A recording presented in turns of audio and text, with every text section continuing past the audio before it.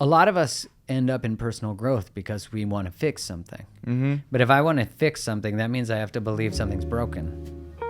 So if I believe something's broken, then I believe I'm not worthy or I'm not enough.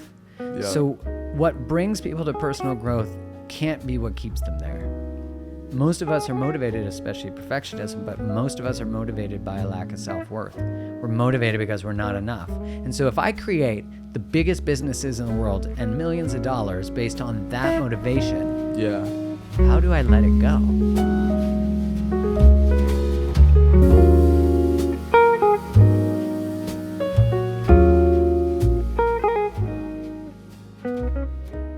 All right, we're set. All right. We've already been talking for like 20 minutes, but today's guest is an expert in relationships and human connection. By the way, this is from your website, and founder of Create the Love. That's the easiest way to introduce. I like you it, know what man. I mean? Yeah, I wrote it, so you might as well just read it off. I can tell it's very, very well written. He's also speaker, writer, motivator, creator, connector, and collaborator. Welcome, recovering Catholic Mark Groves. I like that you added that. I was looking through your I was on like episode, didn't mean to step in on you by the way, but episode 1 you said that and I was like, dude, I was raised Catholic. I mean, I was born in Chicago, so like, Oh yeah, Chi-Town's got some like, it's everyone. Yeah. A lot of people. yeah, I grew up in Calgary, and my mom's from Dublin, so you're either, if you're Irish, you're either Protestant or Catholic. I'm a So, quarter. You are? Yeah. Yeah, thanks for having me, man. I'm excited to be able to chat Yeah. with you and have this conversation. Honored that you came into Vancouver. I was just going to for say, it. that's where we are. Yeah. It's Yeah. great. It's nice here. It's just Seattle. Again, I had 3 years in Seattle, so it feels like Seattle, just a little bit cooler. Similar. It's Yeah, very similar. like the mountains, like right there, like all we have is Mount Rainier, and that's like the one, Yeah. shot, and then it's just kind of flat. But just if you look, I don't know what direction it is, but like all those north. Yeah, if you go north or east, you're going into the mountains, into the Rockies, and Whistler is pretty close. Oh, and- Whistler. Yeah. I'm not in that. That's like where you can snowboard and stuff. Yeah, I'm not into you're a those. summer sport guy. And I'm not even that. People think I like surf because I'm from California, and I don't. I mean, I can, but like if you actually watch me, you're like, oh, he's bad at surfing. Yeah, So that's an art. You got to put in the time. I can skate a little bit. You're in the right place though, Cali, for that. I mean, but the only problem is that localism is real. So if you are not good and you're at a wrong spot, it's like you actually can get in some danger because they really don't want you there. I always thought that was weird about snowboarding. Surfing, it's more so. It's like, I love the ocean, one love, except for if you take a wave from me or you don't use a wave properly, like you wasted a wave.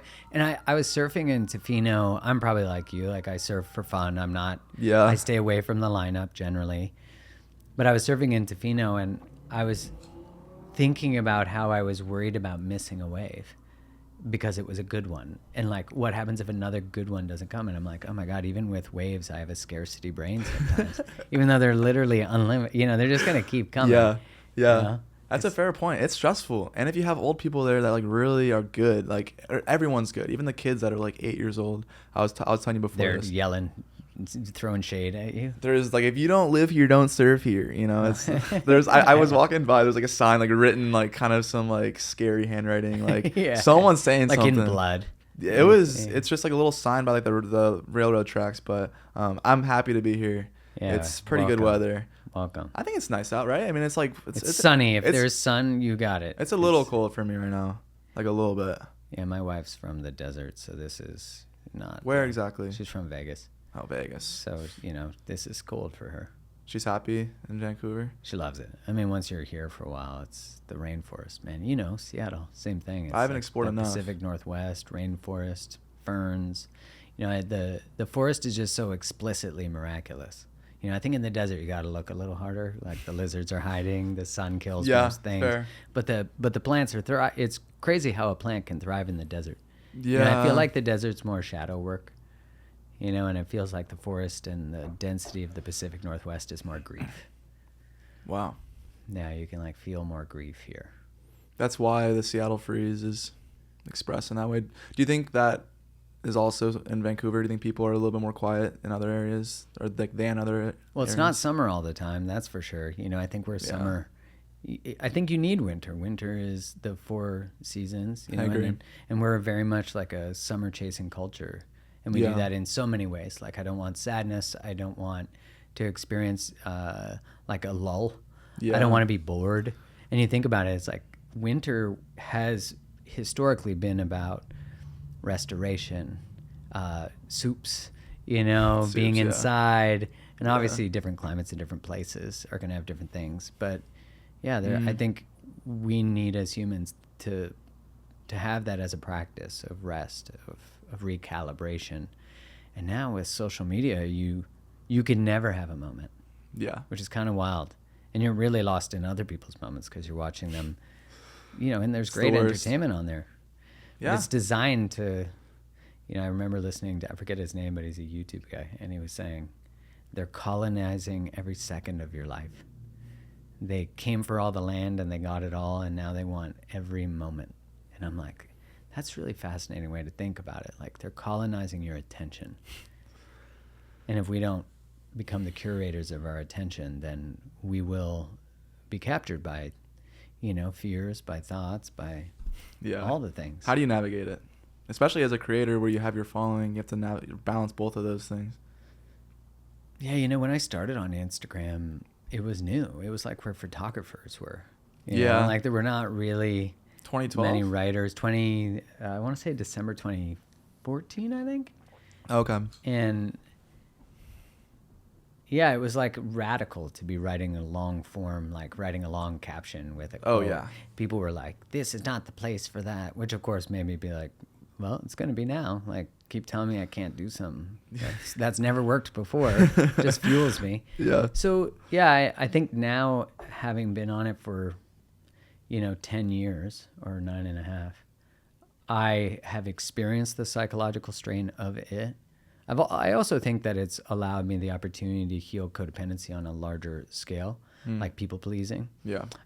Because if you do that interpersonally and you start to find self-expression and you find your voice, that behavior of self-erasure, self-silencing, worrying that what are people going to think, that's just going to be amplified by social media.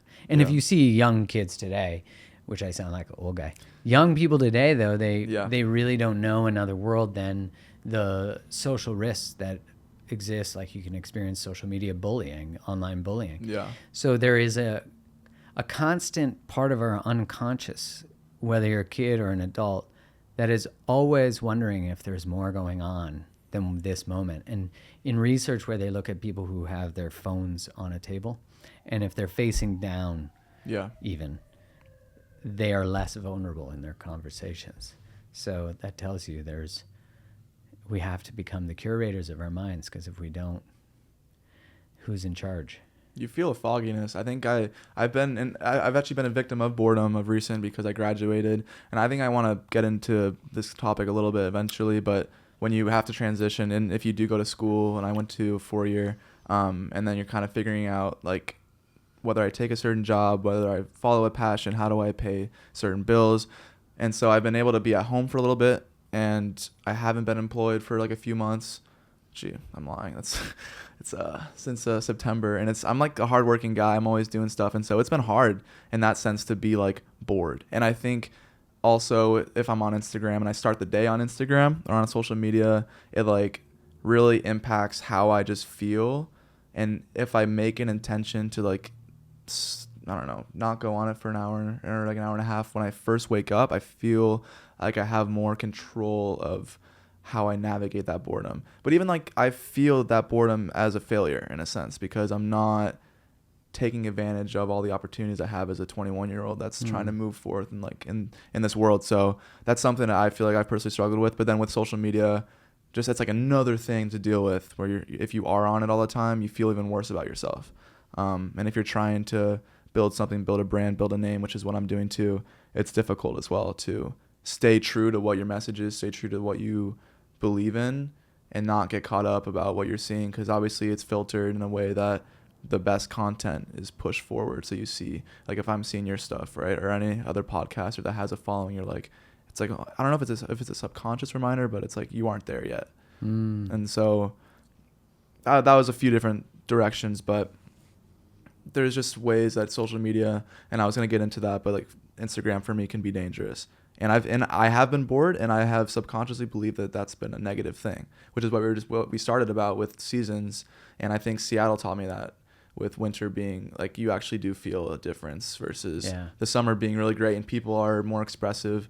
It's not everybody, but it's you definitely feel a change, and people just don't like. I feel like I'm too much sometimes, and I'm chatty. I'm like the California guy, and there's some Seattle like people like, just shut up. Yeah, you know? like I just want to have my coffee by myself in my Blundstones and my Lululemon pants. That's exactly your in my joggers. Yeah, it's funny when you're in the Pacific Northwest, because all of a sudden you're like, do people dress up at all here? You know, it's just that climber look. It really is. It but really it's is. Cool, it's though. Like straight hiker, straight beachy, bouldering. Yeah, you make a lot of really wonderful points of inquiry. One being this idea that if I'm bored, then I'm somehow failing, which shows you just how much the idea of productivity is ingrained in people. Like hustle culture, worth correlated to production. Yeah. And also you're building a personal brand that, maybe on some level isn't monetizing your life. Exactly. And so you're seeing, well, then I have been jobless since September, but you've had a job that is about yourself. Yeah. You know, and so really, I think about university now, and I have an undergraduate degree too, and some postgraduate stuff, and I think some of that stuff was so useless. Like, I agreed. To prepare to be an entrepreneur, which I think is one of the most liberating ways of living, and it's not for everybody, but I do think it's deep personal work too, because your worth is correlated to what you're putting out there if your brand is who you are. Yeah. And so it's hard to decouple that, because if your brand and your self-expression is correlated to the possibility of you making money or not, then now you might not say what you truly feel because you fear not making money. Yeah. Because people will punish you by removing their investment in whatever you're selling or promising. But what I noticed today is that in a world filled with so much false virtue, and so much false virtue signaling, and so much lack of authentic self-expression, because everyone's so terrified of being canceled, of not having enough likes, or being shamed for having an opinion that might just slightly divert from the main held, pushed thought that is the only acceptable one. They don't fully self-express. So I think on a very fundamental level, humans are craving truth. And whether you agree with the largest media people, they are the largest media people because, you might not like Joe Rogan, but Joe Rogan, he's doing something that people like. Tucker Carlson, I know there's a lot of diverse opinions on him. This isn't about him as a political commentary or whatever, but that he's doing something people crave, they envy, they desire. Yeah. And, I think we've always been drawn to people who appear like they give zero fucks. Mm-hmm. But it's really that they are themselves at the cost of you liking them. And that is an admirable quality when paired with empathy and compassion. Yeah. Right? Like without it, it's narcissism. So yeah. But if you can be a direct, honest, forward person where you don't leave any passive mystery to what you think about certain things, you're not being, tiptoeing around everything.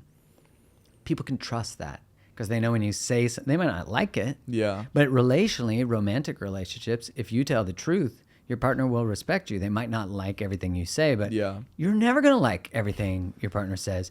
Trying to strive for that is just bullshit anyways, because then your relationship is based on two people pretending to get along when they don't. And so you spend your life like that, you're going to have anxiety, depression, probably autoimmune, probably gut issues. Yeah, because your being is, you're saying to yourself that it's not safe to be me. And then you'll experience abandonment and rejection outside of you, which will be a real experience, but it will really be because it's been birthed by you. They just happen to be the result of that, and I think that's a very courageous path to walk, as I continue to try to walk it every day, and people like you trying to walk that, it's it's brave to say I don't know this new version of me yet, but I know it only comes from me sharing, starting a podcast, doing, like, 3 years ago, did you think you'd start a podcast? No, I was just really sad. I was really Yeah. upset, and part of that was, and I was telling you before this.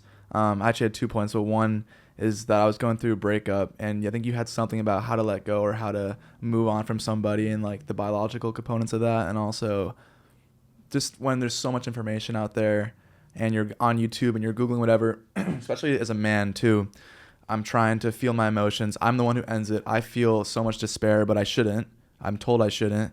Right. And I feel like you were a voice for me that said, you can feel that. That's what you're supposed to feel. How can we lead with vulnerability and sensitivity to yourself? Because they're very real emotions that are telling you information too. And that there's some, I think it was a study from Huberman or some point he made on a video that I saw again, YouTube, really crazy source for information. But he said that you need to experience those emotions on a certain level that your body can like move past them. And I'm definitely butchering it because he has a scientific language. And on top of that, cutting contact, and this is back to social media too, is like a way for your brain to acknowledge that this person is not in your life anymore, or not in your time and space reality anymore. And so and it's funny because with like pop psychology too, you're like on social media, and I think so much of it is performance based. Like you feel the lack of genuineness, and it's almost like judgment, like, oh, cut that person off, cut off contact. There's like this beautiful way to get about, or to get over this hard part of your life. And then there's no real video or person saying that it's actually really hard. Yeah. And I'm just going back to you because I feel like you did that, and you continue to do that, and you continue now.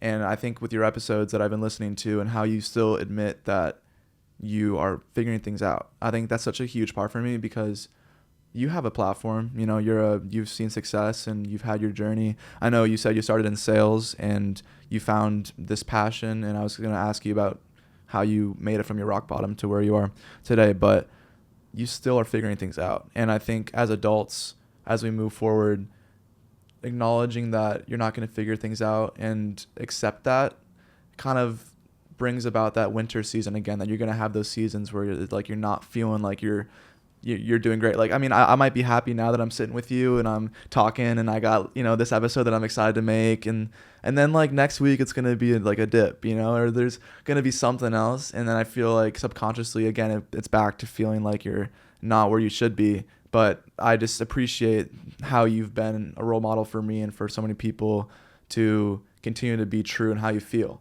And that's what you're saying about that, like people will say, like Joe Rogan or Tucker Carlson, these people that are unapologetically, that's a hard word to say, themselves, and that people are drawn to that even if they don't even understand why. And that's why they have such huge followings. Yeah, and they might like different people from different political perspectives. Yeah.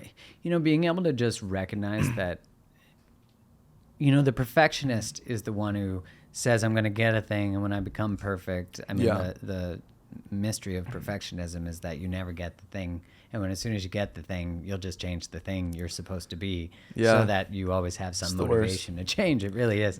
But that's because it is still seeing information of opportunities as being evidence of inadequacy. Yeah. But evidence of possibilities is really what opportunity is. Like you're never going to be who you are today ever again, and who you are today is not who you were last week. And so now you have new awareness. So you look at the last week of your life, and now you're in a different place, and you're like, shit, I need to be more productive. I need to be, because you keep accessing new levels of who you are. So you're always figuring it out. You'll never figure it out. That's actually the mystery of life. That's the beauty of it. Scientists haven't figured it out. They like to think they have, but they haven't. Yeah. They still think 90% of DNA is junk DNA, and that's only because they haven't figured out what it is. I'm sure it's some brilliant thing that is the way that we carry intergenerational trauma, and also probably some sort of crazy cool matrix shit. That, yeah. Right. And I think is being able to orient to not knowing something from a place of actually that being the access point to adventure. Mm-hmm. And even I have experienced envy towards, other people who are successful. But when I started to learn that envy is really projecting your own light onto someone else, in that that is yours. Like what you see in me is you. Yeah. And, you know, I think I'm 45, so I got 23 years on you. Yeah. That's a lot. And I started podcasting 6 years ago, and I started writing 10 years ago. I posted every day for 8 years. Yeah. You know, so there was a time when I did not have a business from this. I was a pharmaceutical rep. Yeah. You know, for 14 years. So Yeah. it's you're at the beginning of the journey, and in ways middle part, and in ways that you know Exactly right, it's yeah. such a beautiful becoming, and you need every single one of these moments. I mean, how many other 21-year-olds are having these conversations who are male? That's Not what, that many, right? So you are like a very unique niche, very Well, unique market, Yeah. and that is something to just be so proud of, man. It's lonely. Seriously. That's why I'm just trying to really tell you how much you do mean to me, because I think you know, you're successful, but you might just not know the interpersonal impact you have with people, and that I actually had someone that understood my voice, like a voice that I actually resonated with, that I felt like an emotional connection with. And that's what I strive to change that. And I think in my age demographic, and I'm actually really grateful that you brought that up, is I want to have these conversations because we all are lonely, right? And I think you said in an episode too that the common experience of being human is to feel unworthy. And it's like, with that kind of understanding, and when everything's so confusing in like your 20s, regardless, who are we talking to? I know therapy is becoming more popular, but also that's pretty hard for it to be affordable.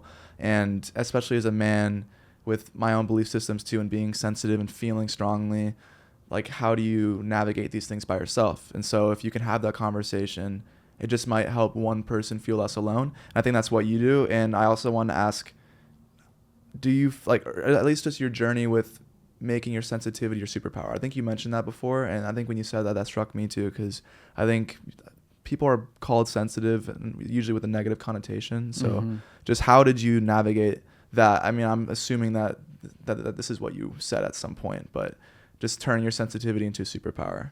Yeah, you know, my nickname my brother gave me when I was a kid was Sensitor. Sensitor? But if I was a dinosaur, I guess. That sounds cool. Right? That's more positive. At the time, he didn't mean it positively, and, you know, he's a big brother, so there's the desire to poke. Oops.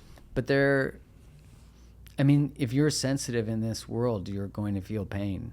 Yeah. You know, I would say every human is sensitive. They just desensitize themselves and develop addictions so they don't have to feel everything. But how do you be awake to what's going on in the world and not feel suffering? You know, not just your own, but the collective experience of suffering.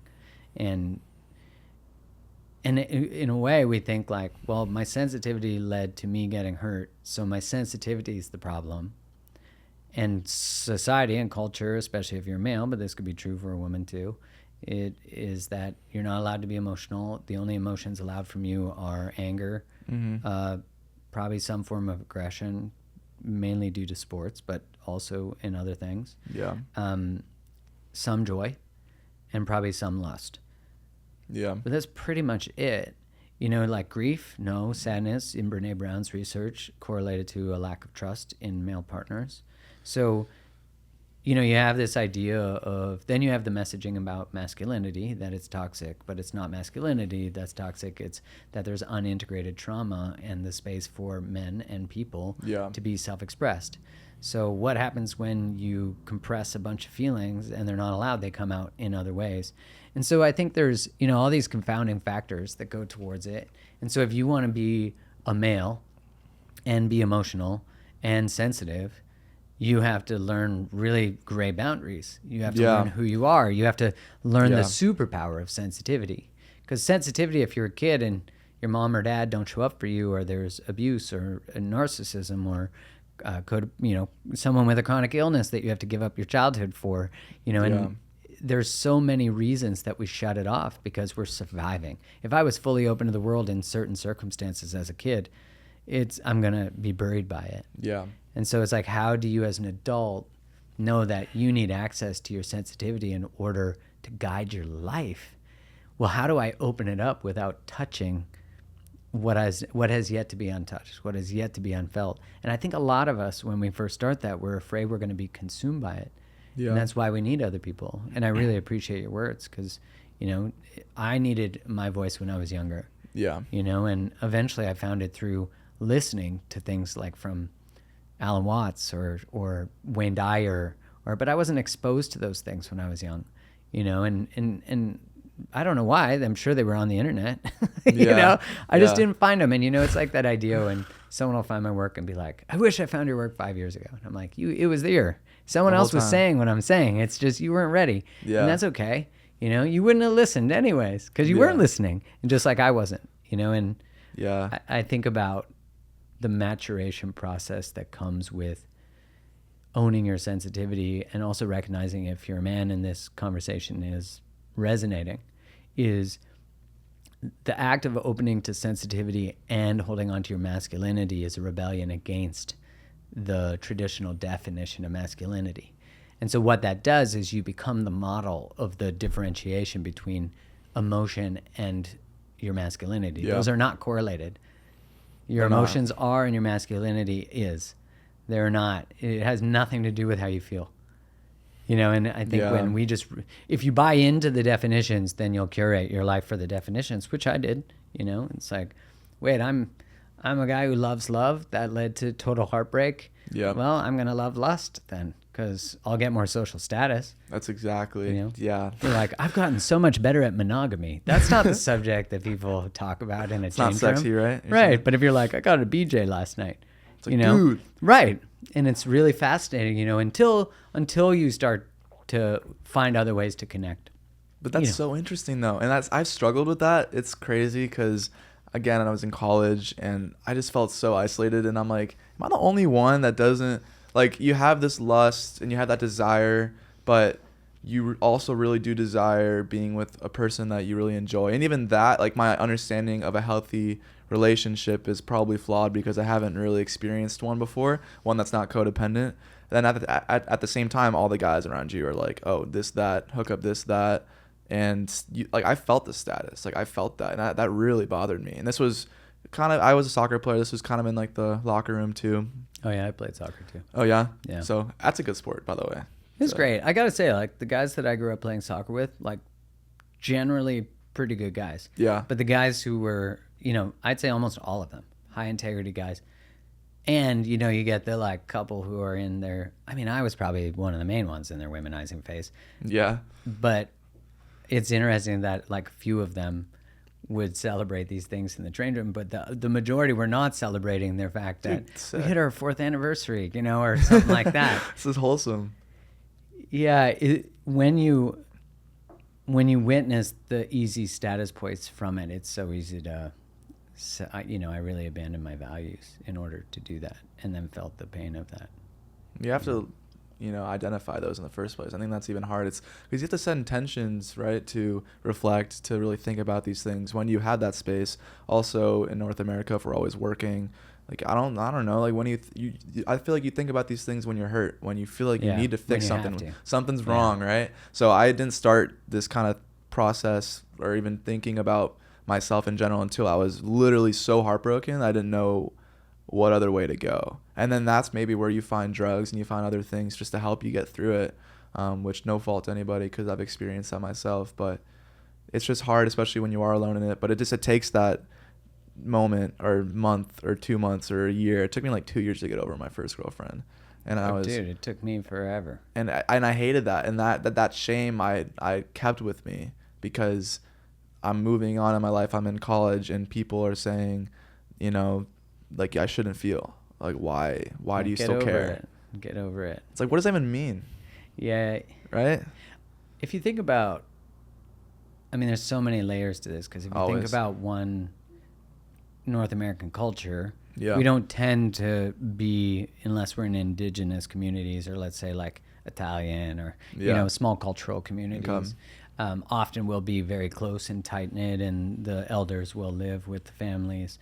So if you have like a community where there's lots of emotional support. Yeah. Now, even if you're close with your family, but your family, you know, we joked at the start about being recovering Catholics. Yeah, yeah. But like insert religion, because generally most religions and most expressions of religion, not all of them, but a lot of them, say these are the behaviors that are okay and these are the ones that not. And if you Yep. do the ones that are not, we just get rid of you.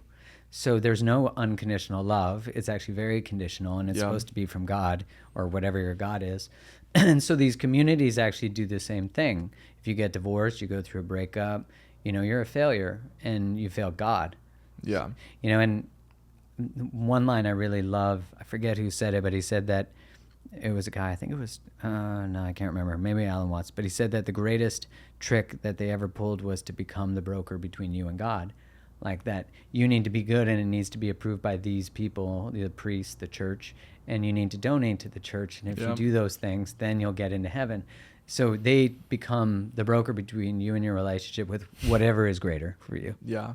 And so I think when you have that cultural conditioning, but then you also have communities and families that have never looked at failures of the people within the family or the struggles or the traumas and said, how do we learn from this, from you?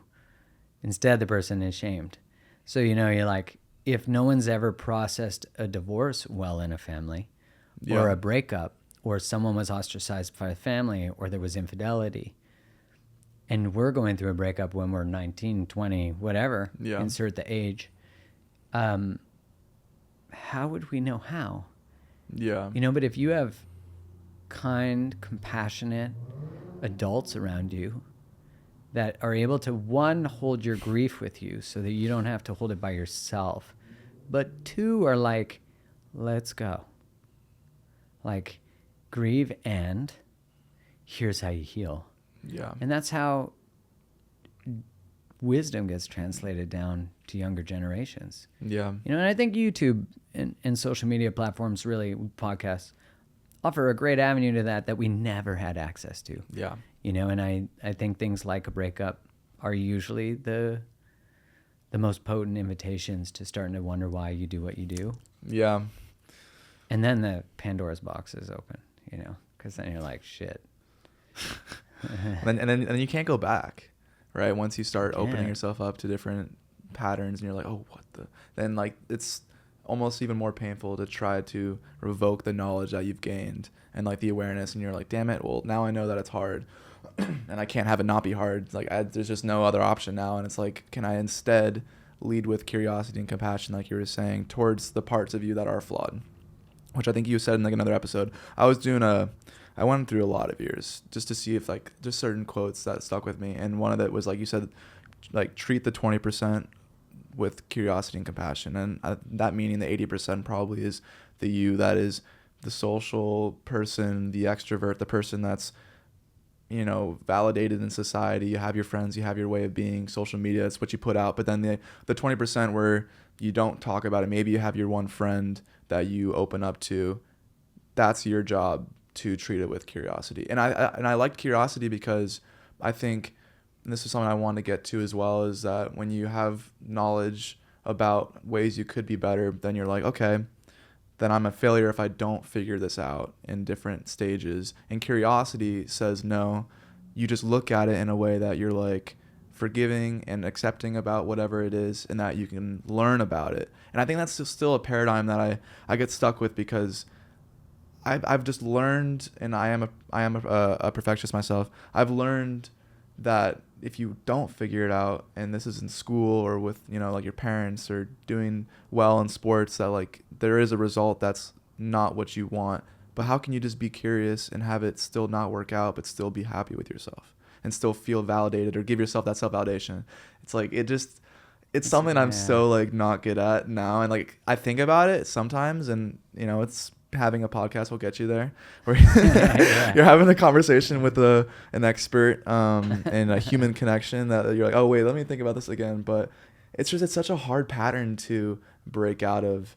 That I was just thinking about now. I'm like, shit, just every day when you wake up, what kind of framing do you have on how you're gonna fix things or try to better yourself in your life and achieve your goals and do this and that and make your family proud, make your friends proud and excited for you, but most of all, make yourself happy. And even there, with being happy and being fulfilled, it's like another misunderstanding for myself too. It's like, what is fulfillment? Is it me understanding that I'm never gonna have everything figured out, and but I'm pursuing something I like? Or is it me getting to some goal, which then, like you said earlier, that then you just choose a different goal to chase after, and like there's never a finish line. So it's all those little, I don't know, thought-provoking questions and pains that I'm just interested in, and that I know you are as well. It's your mystery, you know. It's the thing you're in pursuit of, and it's a great question to live by, you know. And you know, where is growth or always having possibility or potential? Like, how is that correlated to not having it figured out? You know what I mean? Like there's a lack of acceptance of how life actually is. Yeah. You know, and I would always invite someone who's challenged with that to look at where have they not accepted things in their childhood, where could they not accept realities, and how did they feel like they had to be better in order to change that reality. And so we don't have to know where something comes from to want to change it, but I think it's helpful to know where something comes from to give ourselves compassion, as you're saying, for where it comes from, because then we know it's not our fault, but it is our responsibility what we do with the childhood we had, you know, what we do with the things that occurred in our lives. You know, Carolyn Mace talks about how like the greatest reason she sees people suffer is because they wish for a different childhood than the one they had, or they wish for a different life than the one they've had. But you can't change that. So all you can change is what you do with it. Yeah. And that's usually a changing of inherited patterns, because, you know, if the alcoholics fall down the matrilineal or patrilineal line, or the abusers or whatever, it's like at some point we got to say, I want something different. Yeah. And so that means we have to learn a new way. We have to ask different questions. We have to orient to life in a different way. We have to stop for maybe the first time in generations and meet ourselves with compassion. I think you're talking about this really interesting sacred tension that exists between new awarenesses and then living the new awareness. Yeah. And then if you don't live your new awareness, you experience shame. But I would argue that that's not actually an unhealthy experience of shame, because you're recognizing that there's you're in violation of your own standards now, your own boundaries. Yeah. And so how can you move forward and not feel like out of alignment with yourself? But how you orient to it is what's important, because a lot of us end up in personal growth because we want to fix something. Mm-hmm. But if I want to fix something, that means I have to believe something's broken. So if I believe something's broken, then I believe I'm not worthy or I'm not enough. Yep. So what brings people to personal growth can't be what keeps them there. Most of us are motivated, especially perfectionism, but most of us are motivated by a lack of self-worth. We're motivated because we're not enough. And so if I create the biggest businesses in the world and millions of dollars based on that motivation, how do I let it go? How do I motivate myself intrinsically without shaming myself? Yeah. It's a different way of being, and everyone has to make that shift. And the way that comes is through being aware of it. But two, actually, you know, like very simply, I do this every once in a while, is you create a list of everything you know to be true that you're not living. You're just like, what do I do that I know I shouldn't do? That's not in alignment with who I want to be and what I want to create. Do you have an example of one of recent from yourself? Yeah, let me just think about it. I for sure do. Not to put you on the spot. No. Because I can't answer that right now. I don't know. Yeah, so I signed up for this program that I wanted to do. And it's like an online learning program. And when I signed up for it, I then was like, okay, well, I got to get this program done. Yeah. So if I'm going to get it done, I can't watch any television until it's done. Okay. And I can't look at any unnecessary social media before bed. Now, we all know unnecessary is a word that can have gray to it, because what do we deem as necessary? Yep. It's our choice. What I noticed was that I was negotiating with the gray within my own negotiation. I was violating my own agreement with myself. So I just moved to back to Vancouver. And where I used to live, I had a gym in my garage. Okay. So I could just get up in the morning before my wife and son and work out. Yeah. I didn't have to drive anywhere. I didn't have to go anything. It was amazing.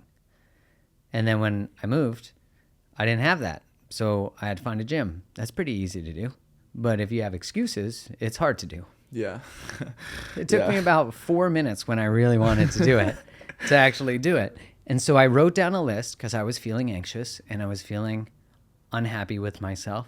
Yeah. And I was feeling not in alignment. I could feel it. I could feel the like integrity eating at me, the lack of integrity. Because if I don't trust myself to do the workouts, the amount of times I say per week, Yep. if I don't trust myself to stay in the food regimen I keep myself in, not only do I let myself down, my body becomes the result of me letting myself down. Yeah. This level of discipline is accessible to everybody, but done by few. And that's okay. Like, that's the thing is, if someone doesn't want to create what I want to create, that's great, but I can't hold the same standards. And that's not to shame anybody who doesn't want to. If someone wants to spend their weekends watching TV, movies, there's a person who lives across the street from me. I have no idea who they are, but their TV is on 24 hours, almost 24 hours a day. How do you know that? I can just see it through the window.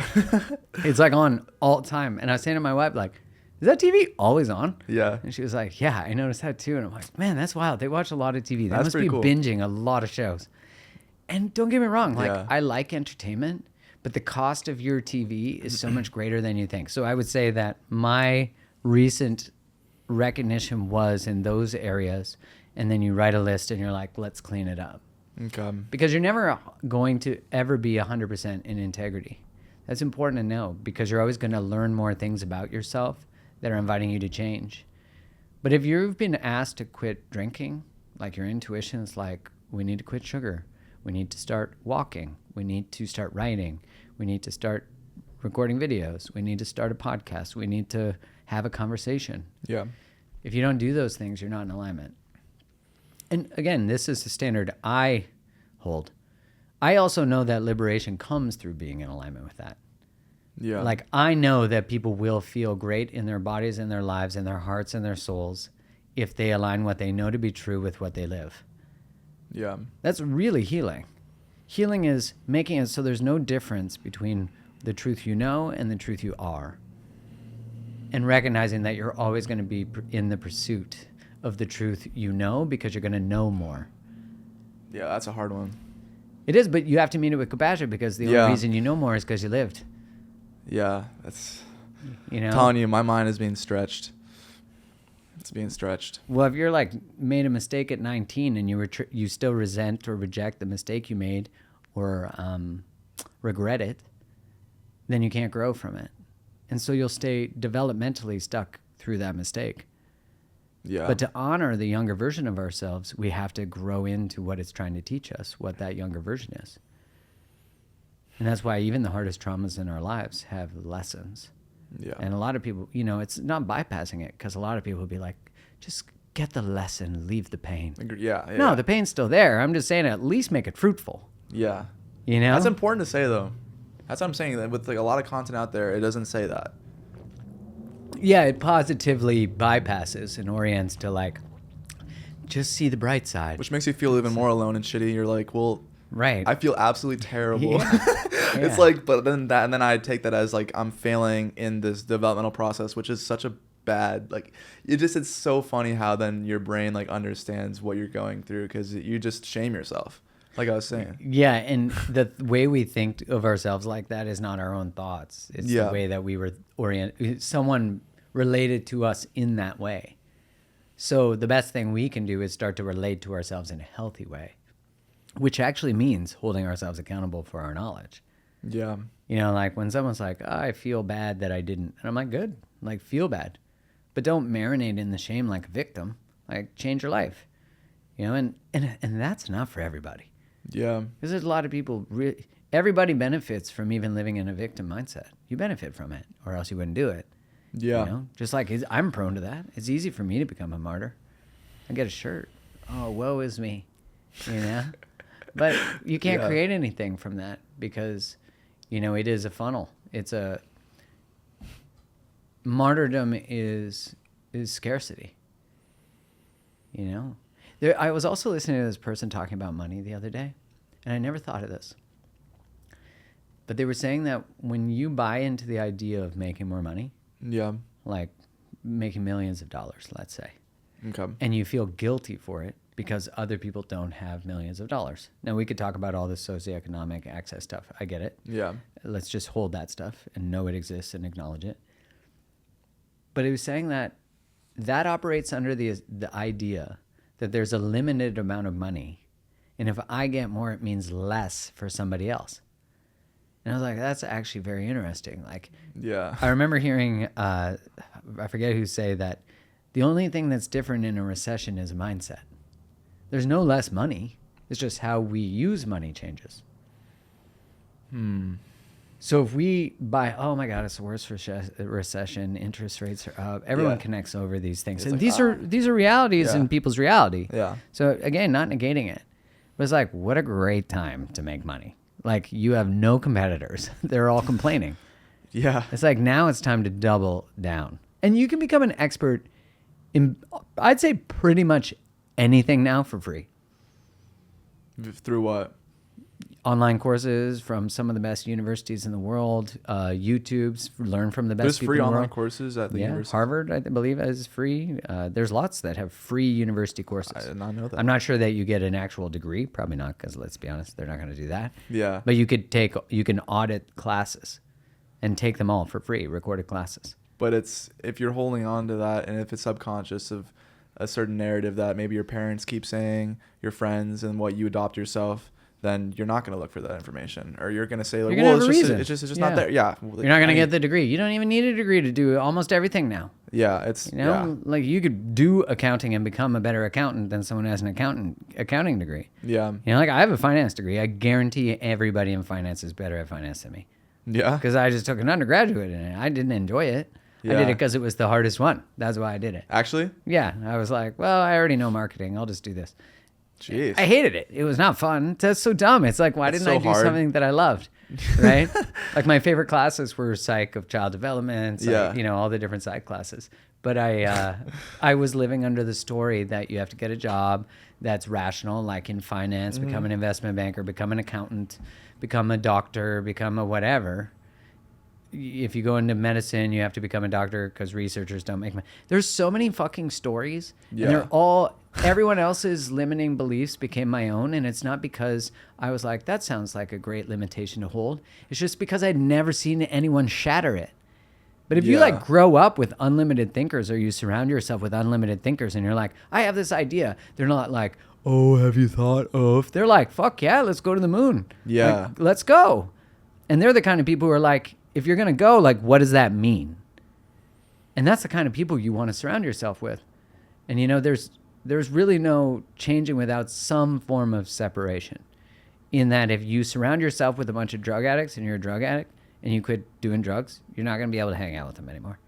If you quit drinking and you party all the time, you're probably not going to party anymore. That's okay. You party a different way. You party Yeah. through growth. Bowling. You know, bowling's fucking... I don't know why they When I hit me, drank, but- bowling was fun too. But you know, there's just all these different ways that we give away our power, and we just well, that's what you're supposed to do. When did you take yours back?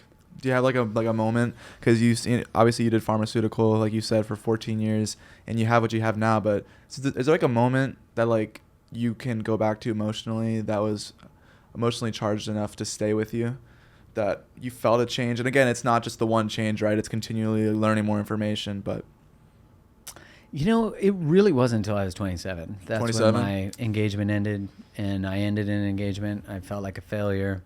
I was like, why am I so good at talking but not about feelings? Like, that makes no sense. Because Yeah. I'm like, it's not a skill set problem.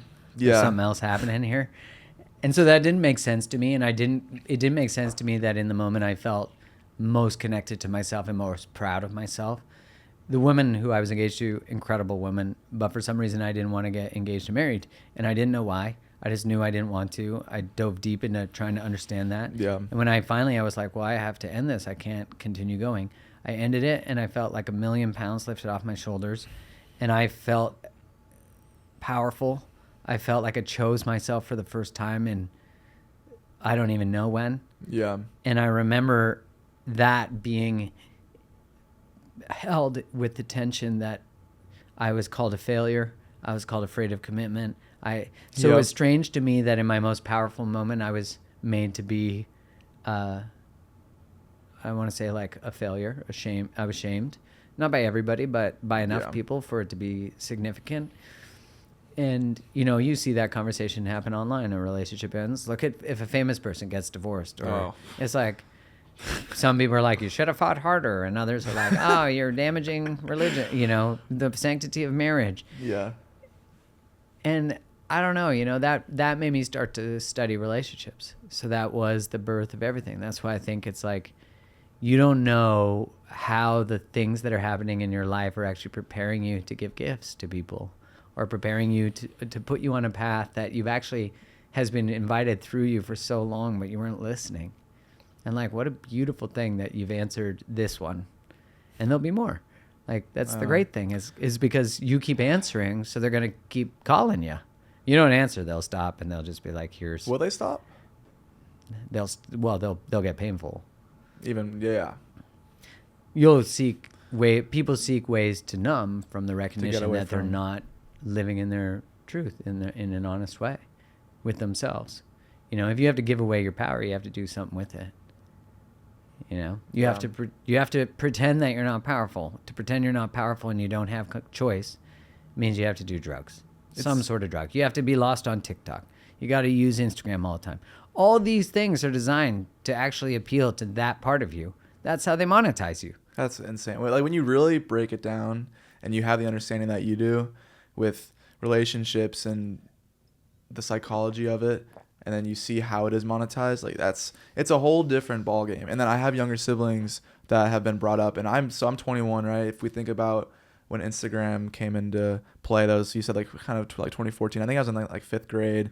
My parents don't really know, right? Again, parents aren't perfect, and you get a phone, you get social media. But now my brothers, who have an 8th grade brother, senior year brother in high school, and one who's freshman year of college. I also have an older sister, but I'm talking about the younger demographics, even younger than me, and how they just have no choice to even, I mean, like, we didn't really have one either because I was, 13, but how are they having to deal with just that preset of the TikTok? And I don't even know how to talk to my brother Michael. If you're listening to this, I hope you are. That'd be cool if you were. He's turning 14, I think, in like less than a week. So, but he's just, TikTok is just, everybody's on that, and there's no choice out of it. Snapchat. Right? But like, how do you like instill that and tell them that there is a healthier way, and have it not be like the older guy coming in like, you don't get to have this, because they don't understand. Like, I wouldn't understand either that there's, like, the grass is greener a different way, but then I don't get the TikTok, I don't get the Instagram, and I just worry a little bit there because there's just no opportunity for agency, especially when you're so young, and then they can that they're preying on all those parts of you that you're always going to be figuring out. And also with what you're saying when you ended your engagement, that it's so easy to stay in that place of being powerless because you're appeasing to other people. It's nice to make other people happy and to have them be proud of you. And so when you end something and you feel empowered and you have that moment of revelation, you still have to deal with and process your family, your closest ones, being disappointed in you. And that's so hard. And that you hurt them.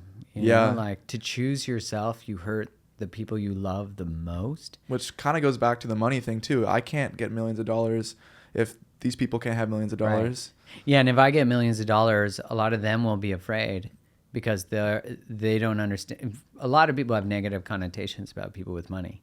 Yeah. Like, they're bad, they're liars. My friend Selena Gray says that money just amplifies who you really are. And that's so true. You know, I know lots of wealthy people who are incredible, and I know lots of wealthy people who aren't, and I know lots of poor people who are not incredible, and lots of poor people who are incredible. Like, it's not, your character just gets amplified, and for young people, Michael, if you're listening, first off, acknowledge you for even listening. How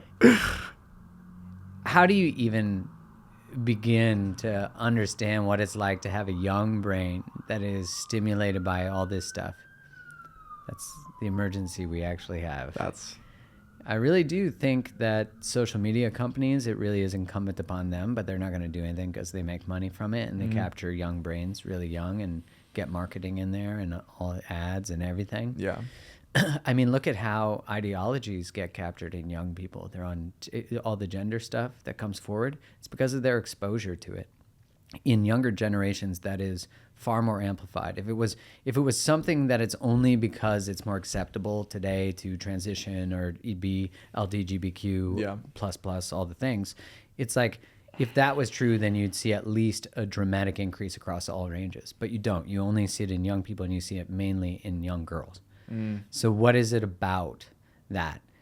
And I think this is a really, obviously a very touchy point of discussion, which makes it so people don't have the discussion. Exactly. You know, but we need to have the discussion, and we can't just be afraid of people's emotional deviations to say, like, where are the adults in the room? Yeah. Because, like, I do believe if the government or the social media companies are not going to impose some regulation on social media, and I'm a young 13, 14-year-old listening to me right now, my real message is you have to decide where your attention goes, and if you don't, you're not sovereign. You're not a liberated human being. Now, that's easy for me to say because I'm not 14, and when I was 14, I'd probably tell me to go pound sand. Yeah. But with hopes that they might actually be like, oh my God, I'm enslaved to these platforms. Like, you could be a game changer in your community by being so cool that you don't use it. Like, really, if you take the highest status males and females, which they exist, that's how society works. Yeah. And if you took someone like Kim Kardashian, which she has so many negative influences on things, on body image, etc. But if all of a sudden she was like, I'm not using social media, it's toxic. Every 13-year-old girl would quit social media. You know, I don't know who the equivalent is for dudes. Maybe if Justin Bieber quit. LeBron James. Yeah, LeBron James is a good call. Justin Bieber for girls as well. But like someone like LeBron or someone with that level of impact. Yeah. And I think that's coming. Like, I think people are seeing the level of toxicity from that. But the other thing I'd say is that if governing bodies and companies are not going to do that, we are seeing the data on the dramatic impact on mental health of these things. If they're not going to do it, then parents have to do it. They have to. Like, there needs to be an adult. Yeah. And, like, we have... young people are not supposed to be able to vote till they're a certain age, not supposed to do all these things. Mm-hmm. But then I don't stand a chance against social media. How does a 13-year-old stand a chance?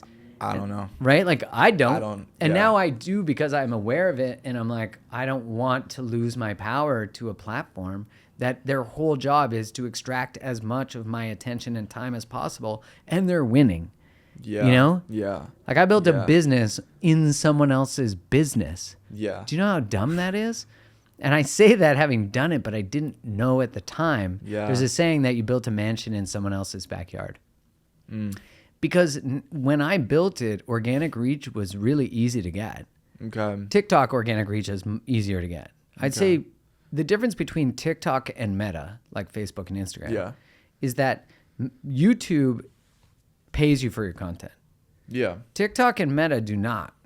You might get brand deals, but you're not getting paid for everything you put on there. So they are saying, here's this mysterious algorithm. Mm-hmm. You'll never know how it works. No, there's never enough content. You always have to produce more. Guess what? What you have to produce, changing all the time. Oh, we like reels. Oh, we like static posts. Yeah. Oh, we like long videos. We want you to go live. Oh, we don't like that anymore. We switched. But they're in control of that? They do all that. They're the ones who decide. I haven't even thought trending about audio, working with music companies, all these different things. And you think about what is the framework of an abusive relationship. Yeah, yeah. I don't know where I stand. You're always in control. You control the money. Look at that. You control my reach. You control how I feel about myself. You control all these things, and you can turn the dial up and down. You can give me a fleeting moment of virality. And then you take it away. This is an abusive relationship dynamic. And I've only really recently been like, oh, this is so obvious. One quote from you that just speaks volume to what you just said is that if you master relationships, you master life. In parentheses, social media. Yeah. Well, because now it's it's interchangeable. But it really is. The fact that transcends that. How I can't even begin to conceptualize, but it makes sense. But how that an abusive relationship feels that way. And I feel when I'm on social media, I feel bad for a lot of it. Yeah, you can track most people's anxiety comes from their use of social media. If you like, that's where I noticed with boredom, which actually has been a tool in some ways. I've thought about some things differently. Boredom is the birth of art. Well, okay. It is. It is. Think of all the powerful art that gets created when you've got nothing to do but create art. It's such a weird place to sit in. Just think about how much stuff doesn't get made today because people don't think it's valuable, because people don't think the internet will like it. So much art never gets made because we only think what validates art is someone approving of the art. Which is the likes, too. Yeah. And when you need social media, like that's part of this whole thing with being a podcast, right? Everyone has a podcast now. So it's like, how do you distinguish yourself? How do you, hold your integrity, but still catch virality? I mean, I think if I was to start a business today that was personally branded, I would focus on YouTube and I would focus on podcasting. YouTube? Yeah, for sure. Okay. Because, and if you like things like TikTok, then do them. Do things you like. Yeah. But most people don't, I'm projecting, a lot of people don't like creating videos all the time and having to do all this shit. But if you really like podcasting, you really like conversations, you can literally just create a podcast, learn how to edit the software yourself. Yep. You could set up 2 iPhones. It doesn't matter. Yeah. You can start in so many. You can get Androids for a relatively good price. Yeah. You can set up these things. Set up some microphones you get on Amazon just to start. And people have look at Mr. Beast. Started out. You seen the beginning of his YouTube? It ain't pretty. Yeah. But he's like this at the time, like this super nerdy guy who just liked doing funny. His weird name's Mr. stuff. Beast. You got to Right. think about that, right? I mean, anyone named Mr. Beast is getting maybe bullied. I don't know. And I'm being honest. And it's funny because I'm actually friends with somebody who's on Mr. Beast's social media team or YouTube Shorts team, which is crazy to think about that he has teams for different He has parts. something like, I think, 175 employees. Yeah. Well, he's making, I would imagine $20-30 million a year on ad revenue. So, even podcasters in the top of the game, like Huberman, I'm guessing, is making at least $4 to $5 million. I don't even know, maybe a month. Think about Joe Rogan. He just signed another deal. Was it $250 million? But now he'll be on all the other platforms. Is he? Yeah, apparently it'll be open. I think I didn't dive deep into it. Because Spotify has an interesting way of doing that, where they get particular podcasters. I haven't understood that. Yeah, they sign exclusive deals to try to get more people on, but now they opened his up, I believe. I can't remember. Maybe they got a week exclusive with him and then release. I don't know. But it just shows you there are way less podcasts than there are social media accounts. So, we often don't start things because we're afraid other people already do that. Yeah. But being unique in your own lane and using your own power, your own perspective, and just really radical authenticity, I think it's everything. And then creating from your podcast, creating shorts, creating long form, if you want, just auto schedule those for other platforms. Mm-hmm. But I'd say at the end of the day, the one thing you want to do is build an email list. Because you'll always own your email list. No one can take it away. You own the relationship to your audience. What do you mean? I'm confused about the email list. An email list is like you're writing something every week, every couple weeks. Okay. There are people who say, hey, I want to know what you do, so I'm going to allow you into my inbox. That's a really deep relationship if you think about it. Yeah. Now, if I was to sell something on Instagram, I have 1.1 million followers. Mm-hmm. If I was selling something already, the algorithm's like, we don't like you doing that. So it's going to dial way down. Really? Oh, yeah. As soon as you say, go to the link in my bio, click on this, go to da-da-da.com. Yeah, the algorithm instantly will knock it down. So you have, out of 1.1 million people, if I was to do something about signing up for something, I bet you it would get 30 to 50,000 impressions out of 1.1 million people. Maybe. That tells you that I don't even have access to 1.1 million people. I know. That's ridiculous. And if I have a video go viral, it mostly is not going to my followers. It's just on the whatever it's called, the Finder page or the Explore page. Yeah. And it's just going to random people. So those random people are not like, oh, I want to learn more about Mark. They were just like watching a scroll. funny reel or seeing a quote. They just double tap. Because we're so conditioned now to just see content in our feed Yeah. that we don't even know if we follow them anymore. Yeah. So Instagram shifted because it used to be a follow, what you follow, you get given. But TikTok really changed the game when they were content forward. They're like, we know you like to follow your friend John, but you know what? You don't interact with John's stuff as much as you interact with cat videos. So we're going to show you cat videos. That's what's going to keep you on the platform. So they just shifted it. Okay. So then Instagram copied that and did the same thing. What keeps you on the platform is what we're going to show you. You know, and dating apps do the exact same thing. Really? Yeah, they're like, attractive person gets lots of matches, couple not so much. Oh, we know what the average retention rate is, especially your retention. Give them another high match person, and the pattern just keeps going. And then you're just searching for that next high match, and so it's Until you get that sad radar where it says there's no one left around you, and then you're like, I could travel. It's like reloading. Yeah. That's all fake. It's you're just like, I could go to another city. Where else would I I'm go in Vancouver, to? right? It's Yeah, gotta exactly. I would fly for love. Okay, where would I go? How far? I actually have Hinge, and I was looking yesterday. I was like, I'm here for 2 nights. See if I match There's with great somebody. ladies in Vancouver. Where should I go for fun? I wanted to see Jazz, and Frankie's Jazz is closed these days. What is today? Tuesday? Tuesday. Go to Corduroy. Corduroy Restaurant has an open mic night tonight. What? And they have the best food. Actually? It's in Kits, which is one of my favorite neighborhoods. Okay. So you could just like walk Kits Beach, go to Corduroy Restaurant. I believe that it starts at, I want to say 7, but they have like organic grass-fed steak. Even their deep fryer, they use tallow, like beef. Yeah, so the duck wings are really good. Pizza is amazing there. Duck is popular, right? Yeah, it is. Yeah. I just don't know much about Canadian stuff at all. This is such an international city that there's incredible cuisine. I've heard a lot of different accents. But the open mic there's actually like a world champion acoustic guitarist who sometimes plays there. What? Yeah, and there was a guy also, he's like an actor. He usually plays like a NSA kind of guy, you know, like a submarine, what was it, like commander? Yeah. He's an actor who's been in tons of movies. He was the voice of Optimus Prime once. Yeah, and that guy, his voice is literally legendary. This is probably a different guy, but he's just once in a cartoon doing it. Oh, okay. But he is a guitarist and singer, and he's amazing, and he's there a lot too. Just multi-talented. I've seen so many good musicians. I've never been to an open play mic before. Isn't that kind of weird? Oh, it's so great. You gotta go, and the food is so good.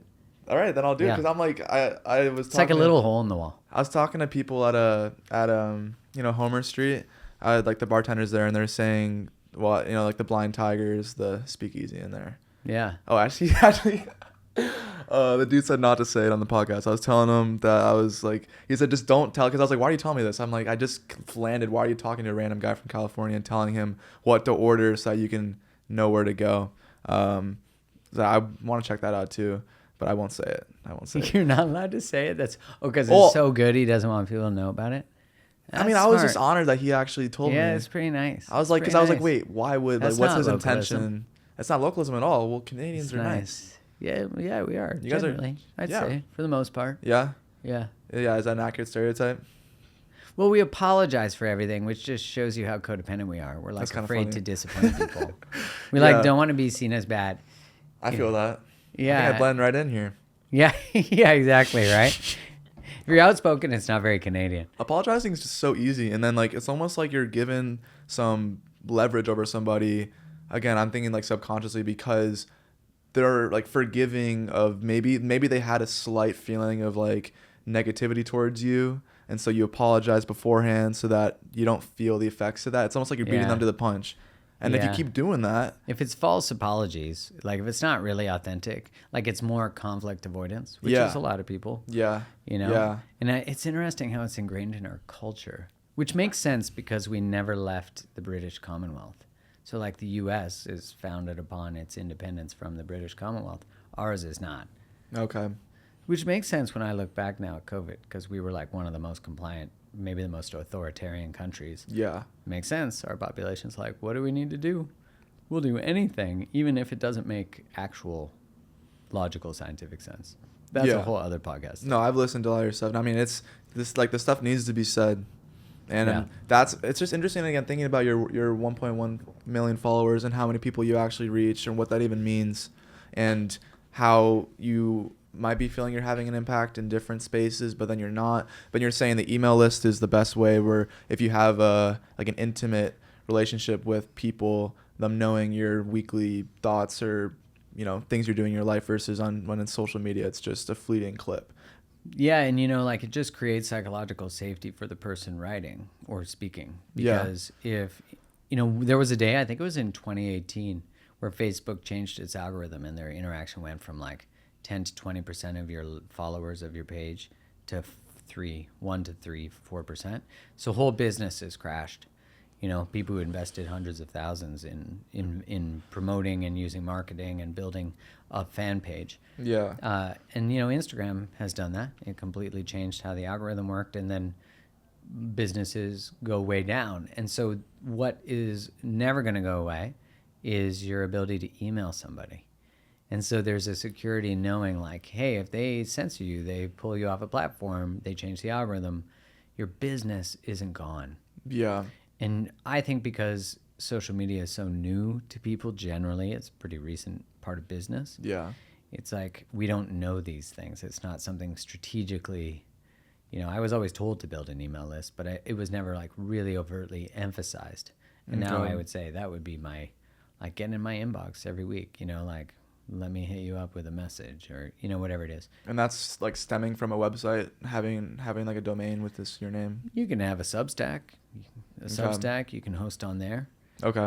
You can create, like, you know, that way then you don't have to build a website. But now you can build a website on Squarespace pretty easily. GoDaddy. Yeah, there's so many, like, just programs. You just put in what your domain is, you just put in, and you can design things pretty easily. Yeah. It's definitely a lot to think about, and it's just navigating all this and moving forward in your life, while also upholding or trying to uphold your self-worth. And I think I want to ask you about self-worth, because it's that constant, it's probably fluctuating, right? Or is there a way that you can have a consistent self-worth by understanding that you're going to be fluctuating? Yeah. On the top of that, with your work, like we were talking about, with being successful or not being successful and how you perceive that, with business, podcasting, whatever it is, but can you still hold a consistent understanding of your worth, which again has to change based on if you're introducing new information about worth and like what that even means in the first place. Yeah, I think correlate your self-worth to your integrity. Like, correlate it to actually living what is true for you. Make it independent of anything monetary. Make it independent of likes. Make it, and it's so good to know where you're willing to sell yourself out, where you're willing to, where your worth lives, because you need to lose those things so you recognize that it doesn't live there. That's the way that, you know, you're able to decouple what you were taught, because worth has nothing to do with how much money you have, what car you drive, what clothes you wear, how many likes you get. Excuse me. It has nothing to do with those things. But if you think it does, it's going to hurt you when you don't get those things, so that you can learn that it doesn't. You know, and so you have to lose all these things that we think it lives in. If your, you know, million followers on Instagram determine how you feel about you, then you're going to lose. You know, they're not going to interact. You're going to lose your followers. And I think that's good. Yeah. Like, look what humans can become when we believe that the source of our worth is just by living in alignment with my values. Like, if I just live in alignment with what I know to be true and what I value in the way I make my way through the world and how I treat people, I will always have self-worth. That way, if my partner leaves me, well, my self-worth is not dependent on my relationship status. So if she leaves me and I'm left devastated and have no self-worth, then that's what a gift. What a gift. Painful gift, but a gift. Have you always been good with framing it that way? No. No, I spent my early 20s, late teens believing that my worth was correlated to whether people betrayed me or not, stayed with me or not. I think it was through the recognition of that tension of feeling more powerful than I ever had, but yet not being loved by everybody. Mm-hmm. that taught me that there was something incongruent. Like I was tapping into something. I was tapping into that, like, oh wait, when I become more powerful, some people don't like that. That's okay. But I somehow feel worse about myself, even though I feel better about myself. Exactly. I'm being told I should feel worse about myself. Well, that doesn't track with how I feel about me. So that was where I was starting to be able to see, oh my God, I've been negotiating who I am for other people. I've been negotiating what I want to create in my life for other people. I started to see I could have always gone back to school. I could have always done what I loved. I could have gone to Europe when I wanted to. Yeah. I gave up on and never pursued so many dreams and possibilities because I just thought I couldn't. But that's because what people are supposed to do or what's normal. I don't want normal. And there are some people who do. You know, like I remember years ago having this realization, like some people don't want to be happy. They just don't. Some people don't want good relationships. Some people don't want to have deep conversations. That's okay. Sometimes I don't, but I really do. That's nice to hear, yeah. Yeah, but I really do. But, you know, I don't always want to do personal. I like mountain biking. I like surfing. I like doing stuff that is like being in the joys of life and being in the moment. And, you know, I think there's a lot of wishing that everyone wanted what we want or looked at life the same is just a disappointing way to orient to things, because you're not letting people be themselves, which means you're not accepting yourself as you are. And there's just such a relaxation that comes in an exhale when you're like, oh, like it's actually okay that I don't want what they want. And it's okay that they don't want what I want. That's so liberating. It's a tough one to swallow. It is, if there's like this correlation that alignment means love. But alignment just means alignment. But you're not going to create a relationship with someone who's not aligned. But you could still, you know, you could still love them. Yeah. So the idea that if we choose each other in a relationship, then we love each other. If we don't, we don't. That's not true. You think about how many people you've loved you're no longer in a relationship with, like you're talking about. Yeah. Right. Yeah. So love doesn't go anywhere. If anything, it kind of feels a little deeper. Yeah. That is interesting. And that's part of the, if you're able to forgive a person, that you end with years down the line after enough like learning and the pain subsides a little bit, like that rawness of like the pain, because you deal with what or where that pain is coming from, and then you can still just love somebody and that feel healthy. Yeah. When it was codependent in the first place, and how that's like a different space. Yeah, you know, like 6 years ago, I remember having an awareness about my ex-fiance, and I wrote her a message and was like, hey, I just had this awareness and I wanted to apologize. And, you know, before I did that, I asked my now wife, but at the time girlfriend, like, hey, I want to send this message. Yeah. Here's what it says. Does that feel okay for you? Oh, yeah, that's great.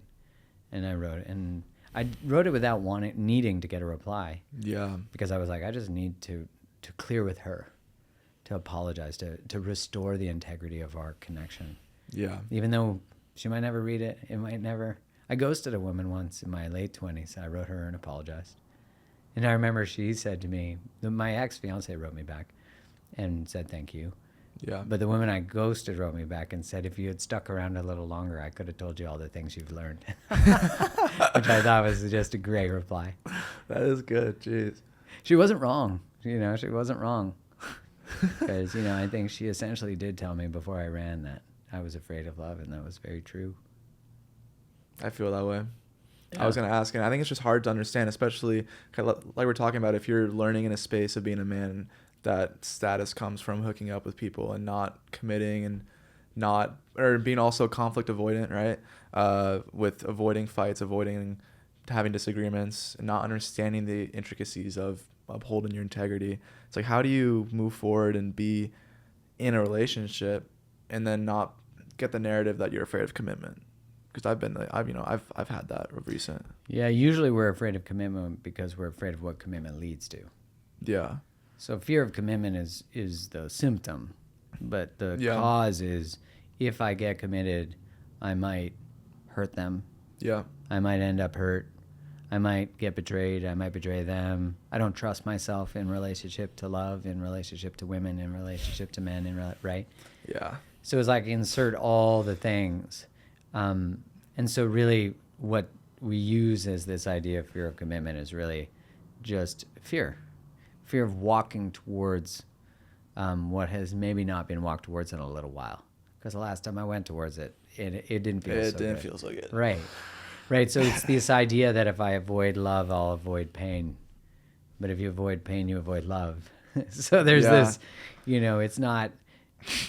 it's actually honoring your past to walk back towards love.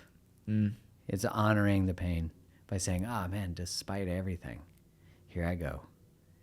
But you're armed differently because the last time the pain was likely due to things like self-abandonment or not using your voice or making a poor choice or whatever it might be. For everyone, it's different mixes of all those types of things. So you walk forward with the knowing that when I'm in that circumstance again or that situation, I will never. And so you ask yourself when you're younger, what would I have needed to know? Yeah. And your younger version is like, they give you a list. Thank you. To honor you, I'm gonna live that. I'm gonna go learn that. I'm gonna become that. And there's a saying that our wounds occur in relationship, and that's where they get healed. So if you want to model for other people, men, your little brothers, your older sister, if you want to model for them what it means to be a sensitive, courageous person who lives with their heart open, then it is incumbent upon you. You were given the mission. Whether you accept it or not is your choice. It sounds like a choice, but it's not. Yeah. I remember I was listening to a new book from Carolyn Mace called The Power of Holy Language. It's a really good book. It's super powerful. And she says, you could tell when you get guidance from God because it's annoying. I just thought that was great. It's like, it's annoying. But like when you get it, like you need to quit sugar. She's like, are you willing? Are you willing? Yeah. You don't get to know what's on the other side. You just know that the first piece of guidance is quit sugar. And I've thought a lot about that of like, oh, you don't get to know. Like, oh yeah, the gift's not till the sacrifice, and I think that's because it asks full integrity of you. You can't get the gift without making that sacrifice and actually doing it. Nothing's free. Which is fine. That's how it's supposed to be. It feels like you have to earn it a little bit, You can't just ask for it and, when you're manifesting or trying to attract a certain way of life, if that, is more positively framed, you still got to give something up. Or maybe that's like old habits of thinking. It can be different expressions of that, but you got to give it up. It doesn't have to be something you love that's not damaging to you. Yeah. But if it's something you love that hurts you, you're probably going to have to give it up. Because to knowingly do something you love that hurts you is to knowingly hurt yourself. And so no one can turn towards a partner with positive regard if they don't turn towards themselves with positive regard. Yeah. Right? Like I can't treat you with the utmost, deepest respect without access to that myself. And I won't accept your treatment of me with the utmost, deepest respect because it will be a mirror that I do not do that. It might remind me. It might cause shame. It might make me leave you. It's a lot of reason why people can't be in relationship with people who really choose them. Because there's some deep belief that they're not worthy of it. They're going to be found out. So they run. Yep. And what an act of unconditional love it is to see all of someone and love them and call them towards what's possible for them. Because I think in our world, we mistake being compassionate with tolerating. Yeah. And we need to hold a standard. And if you hold a standard for yourself, you're going to hold a standard for other people. That's not loving, that's loving. Which is a strange thought of like, wait, it's more loving to hold boundaries than it is to be boundaryless. 100%. I found that with being at home, and I know my mom's gonna listen to this, but just navigating. Shout out to mom. She loves your stuff, by the way. That's why I know about you, is because of her. So. Oh, that's amazing. Yeah. Well, mom, big shout out. Yeah, she's gonna be very happy. She like loves your stuff. She's very curious about everything, and it's funny because I'm like the oldest boy, and I'm being very honest here, just because I know she's listening too, and I love you, mom. But it's like being the people pleaser in that place, and then changing that dynamic with a family member. And I'm not even saying setting a boundary, because I think setting a boundary can sound sometimes like like I'm better than you, and I'm gonna set this boundary. It's like I think my mom and I fought over some stuff for the first time when I came home, because I think maybe for a while we were tiptoeing over disagreements and ways of being, and so she had an idea that I should work while I'm at home and do part-time work, and I felt so tired, I didn't want to do anything, and she saw that as a waste of the time I had, and like I had insecurities about that, about like I should be doing something, but I also didn't really want to, and I'm not perfect with what choices I made, but we had disagreements, and I don't know if it was setting a boundary, but it took both of us to kind of speak our truth and be honest and not be happy with each other. And it was like scary because I felt like I was losing her, and I think she like might have felt that she was losing me. And my parents are also divorced, so staying at home and choosing time with one another, it's also for a mother to be like, I feel like my son's pulling away. I think we're growing closer again now, just because we both spoke our truth on that and we're honest about how we felt and just we're angry. And that's where like I think I was always conflict avoidant, because I learned it because it was easier, and then you become an adult and different things are asked of you, and I'm far from perfect, but we had disagreements and I felt like that was really helpful.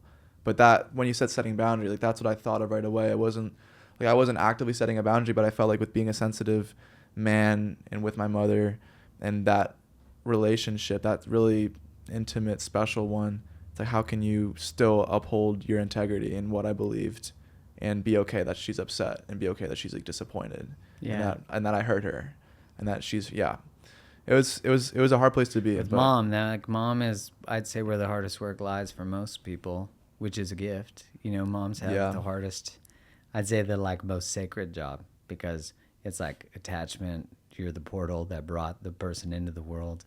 And we don't want to disappoint our mothers, and that's hard. And a lot of people never disappoint their mother, and that actually becomes why they play small their whole life, and now you trust each other more because you could tell each other the truth, and what lives beyond the truth is now still a relationship, which means unconditional love.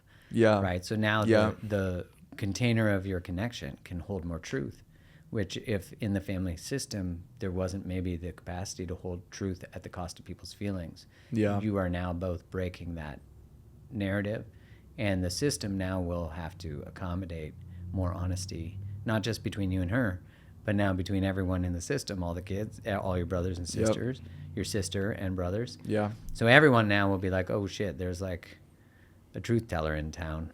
They were better at it before me. I was like the older, like they don't care. It's almost like when you're at number 3 or 4, like they just, I don't.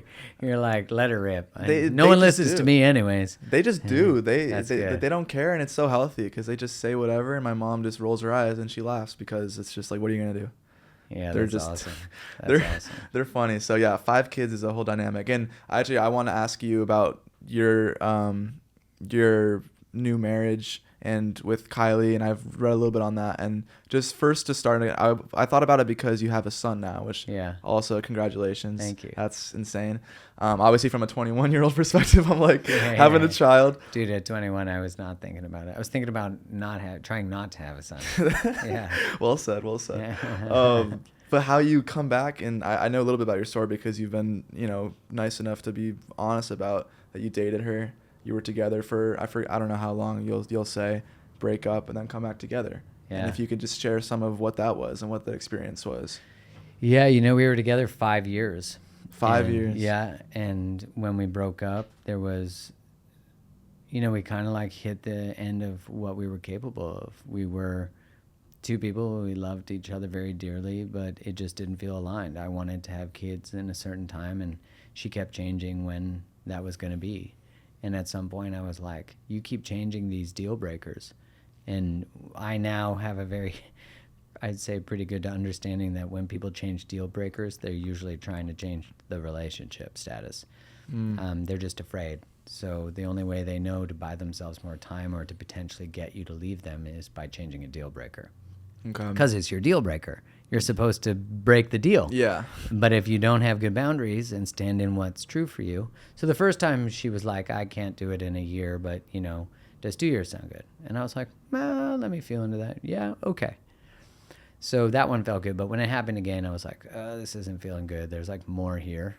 Okay. And so All right. we write about it in our book, like the whole journey. Yeah. Yeah, It's and coming out soon. Yeah, it comes out in April. And so we saw a psychotherapist, we read everything, we did everything, and then at some point we were just like, we had to end. And you know, like a deeper part of the story, which Kylie and I did a podcast episode called Let It Burn Part 1 and Let It Burn Part 2. Part 1 is really about, like, my wife had this dream that she was in a burning house. The burning house was our relationship, and she had to leave. That was early on, about 8 months in our relationship. So she always had this gnawing feeling that her soul was calling her to leave the relationship. So you can imagine, for me, I know about this dream, and I'm like, does she want to leave then at some point? Like, is she going to leave? So gnawing in my unconscious, but I'd say conscious too, is this idea that I'm not chosen. Like, she's not fully here. Yeah. She doesn't fully choose this. She might leave at any moment. And that was true. And so at some point in our relationship, we started to orient to her dream from a place of like, maybe you're feeling that you can't fully choose this is not because you have a problem or you are a problem and can't commit, but actually a deeply intuitive recognition of something going on in our relationship that doesn't serve either of us.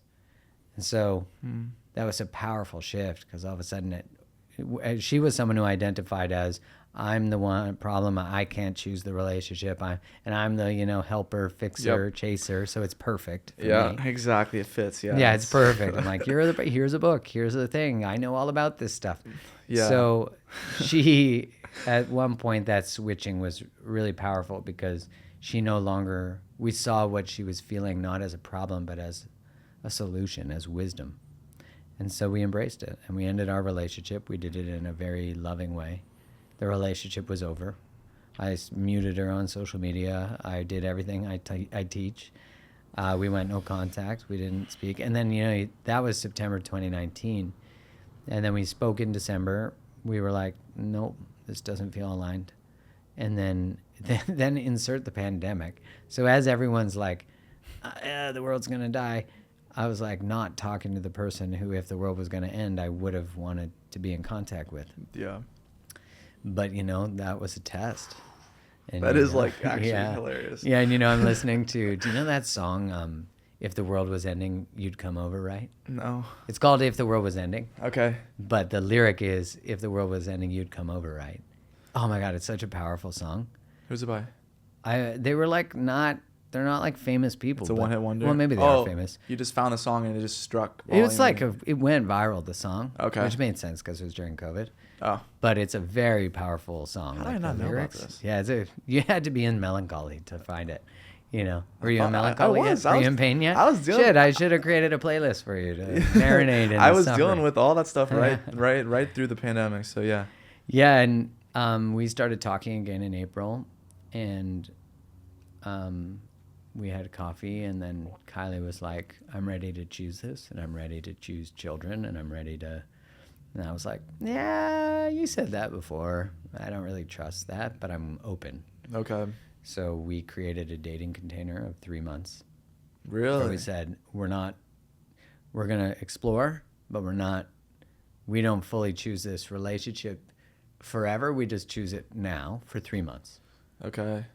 And that was powerful, because for me, I was so much someone who's like, we have a connection, we must be in love, we're together forever. Yeah, easy.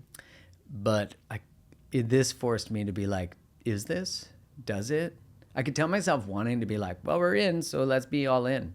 But I wasn't all in. So it was like this interesting recognition that the kid in me wanted to just get some more security. Oh, yeah. But it wasn't actually true. Yeah. Do you know what I mean? Like, it was a false sense of security. I'd get her to tell me, she wouldn't tell me I'm choosing this forever, because she wasn't. Because she was like, we created a container. Yeah. And there was no sex in it. Yeah. Okay. So in the 3 months, because we were like, that would just potentially just derail our brains a little too much. It does, yeah. So, but that was still fun, because when's the last time, you play around the other bases before, I felt like I was 19 again. That's just as important. Right. And so there was that, and we got to the end of 3 months, and we're like, okay, there was a lot of restoration of trust, and a lot of, she would often say to me, like, I'm not going anywhere. I choose you.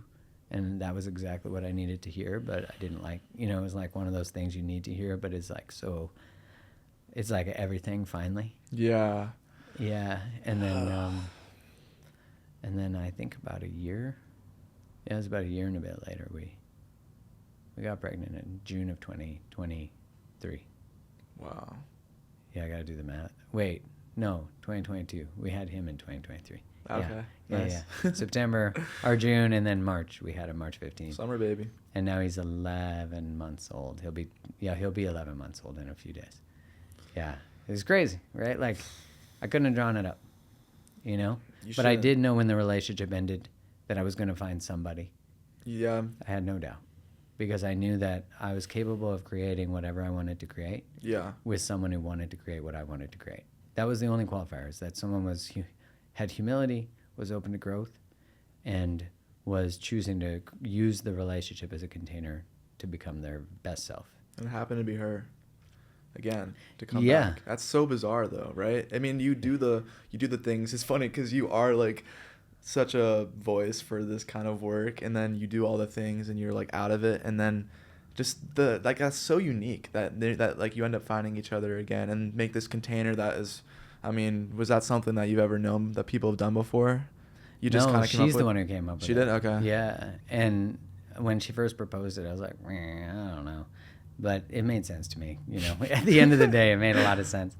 There's no sex part. I was like, But it made sense too. I just didn't like it. Yeah. Because I used sex as a way to connect, right? It was Yeah. like a safe way for especially men to find connection when words are harder to find. And I did not expect,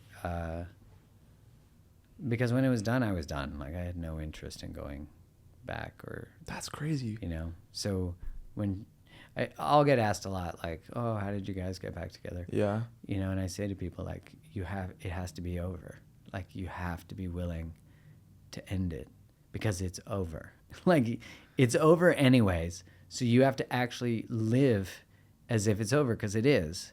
And in doing that, the way we ended our relationship, though, was filled with a lot of grace and kindness. Yeah. We did a closing ceremony. Yeah. Like, dude, that was one of the hardest, most beautiful things I've ever done. Easily the most beautiful thing I've ever done. It was bananas. When I finished it, I was like, oh my God, I'll never be the same. Did you have just even the little thought? I mean, like, maybe your brain just pattern-wise will go back to, like, thinking that you can be with her again.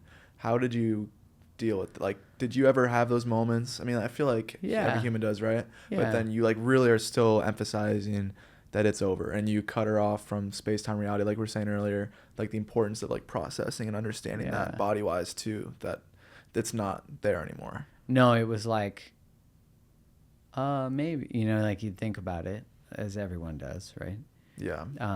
But it was like, no, I'm committed to at least walking forward, not shaming that, not making it mean, you know, I've always, one of my favorite quotes is, missing someone doesn't mean you want them back. Yeah.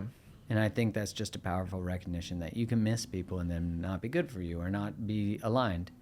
And I missed her, and I also knew that I could never go back because I'd lived in that pattern for too long. And there was just like such a deep knowing in my body that was like, progress, like whatever is in your future is facing forward. Yeah.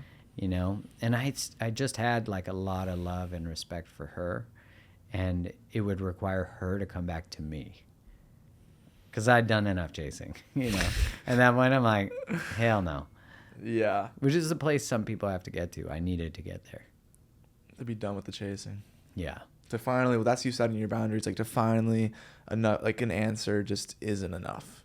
To think 1 year, 2 years, enough, like your body tells you eventually. Yeah, it does. Like if this is like I'm that out of alignment that I can conceptualize. Not like okay. Well, and think like 1% off, like 1 degree off for a boat is like a whole different landmass. Yeah. So you think of like the same thing, 1 degree off for you. It might not seem like much today, but if you keep building habits 1 degree off, think where you are in 6 months. You're way off the direction.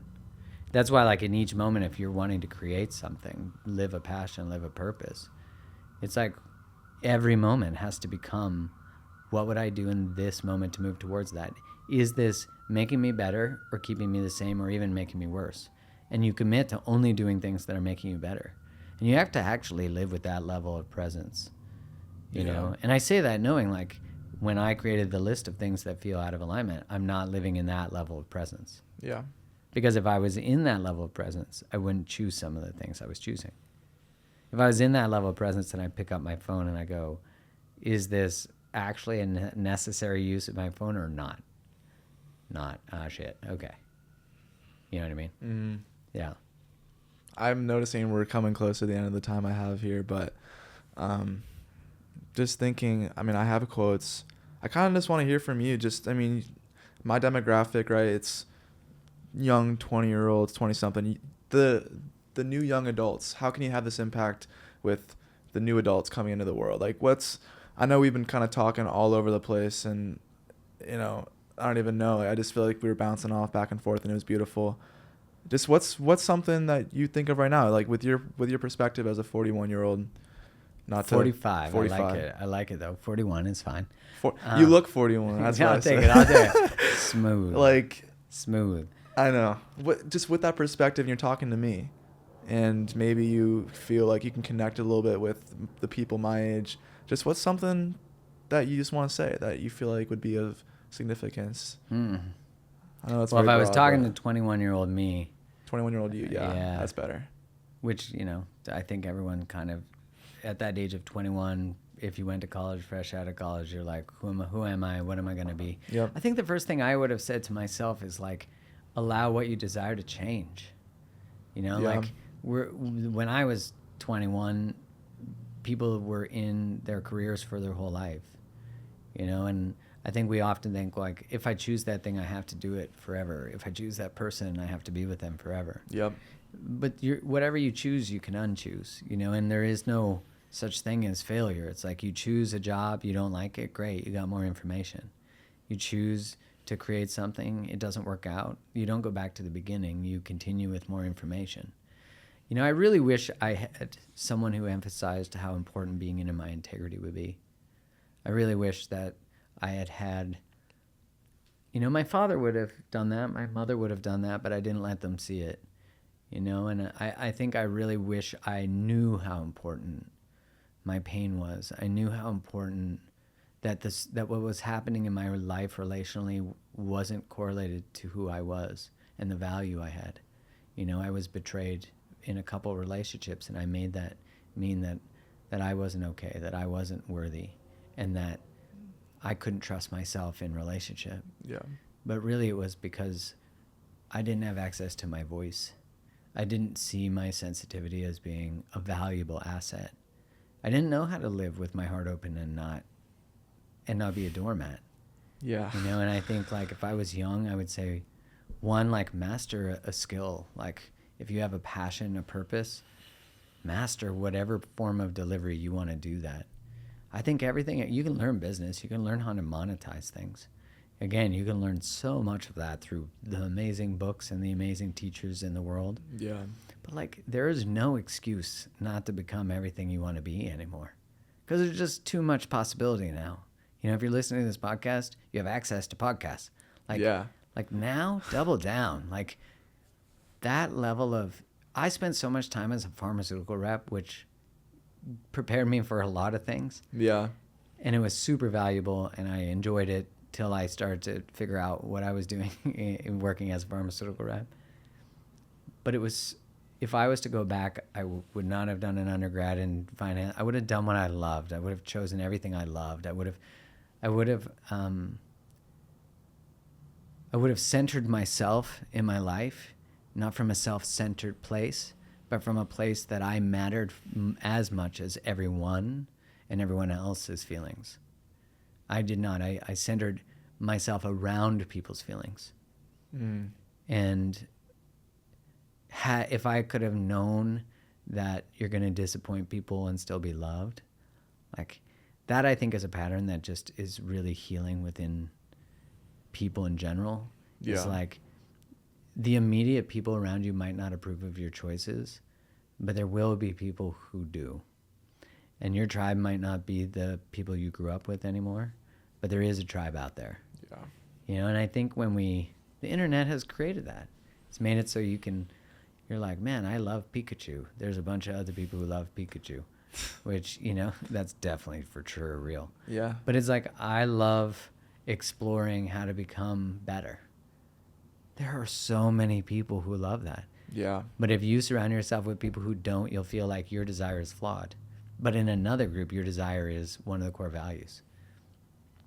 So I think, like, if I was 21, I would also be really mindful to not be captured by ideologies, you know, to not be captured by being lost in the desire to be seen as good and virtuous.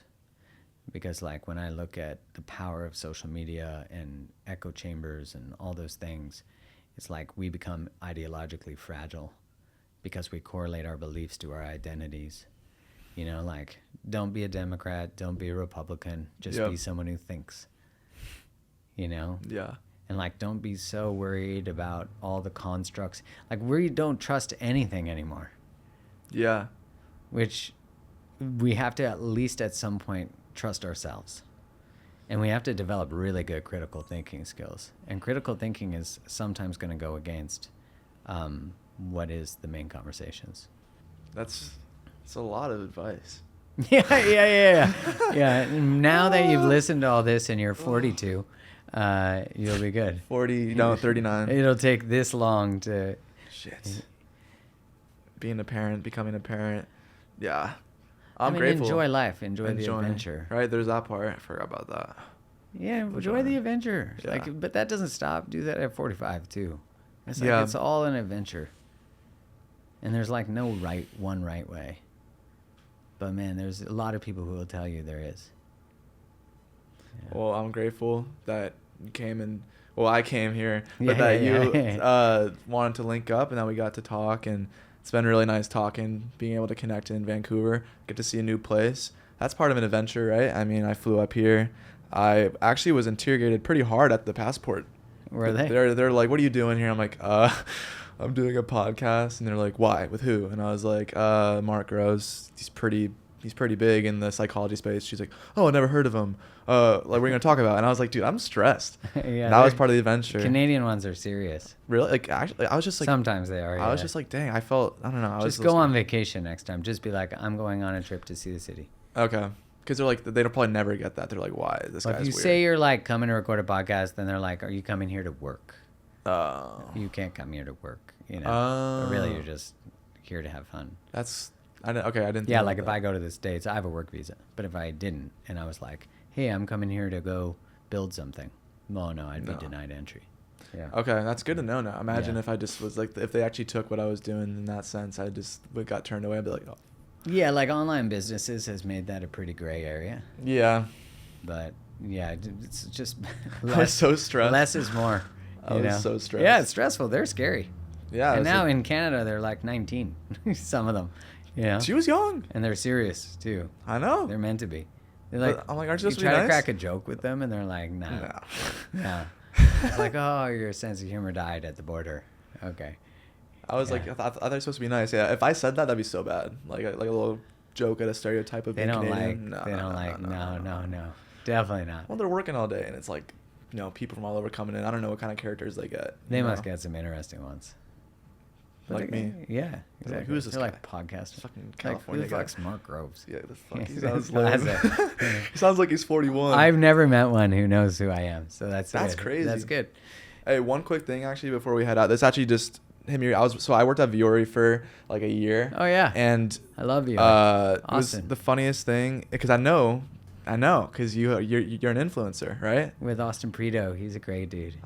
That's not the name I know. I know the guy came in and used yours in Seattle. Oh, John. Yeah. And I was like, John. well, first of all, it's my name. And I was like, dude, I know Mark Groves, Create the Love. This is like while I was in college. It was like a year ago. And I was like, got to get me in touch with him. That's and right. then it didn't Sarah, happen. Right? Yeah. Sarah, his wife, and him. Yeah, they're both there. So, and I was like, oh shit. And I knew who you were. But he said Create the Love or something was like your. Yeah. And I was that's like, right. yeah. And I searched up your stuff so he could get his little discount. Oh, that's so awesome. It's just funny. I was like, dude, That's no so way. cool. Like, What a small world. John from Calgary. Right? Yeah, that's right. Yeah. That's right. John Deagle. Shout out, brother. Thanks, man. It was great Appreciate talking. you. Yeah, same to you. It's been great. I'll call it that. Right on, man. I drank way too much, dude. I have to pee so bad. Yeah.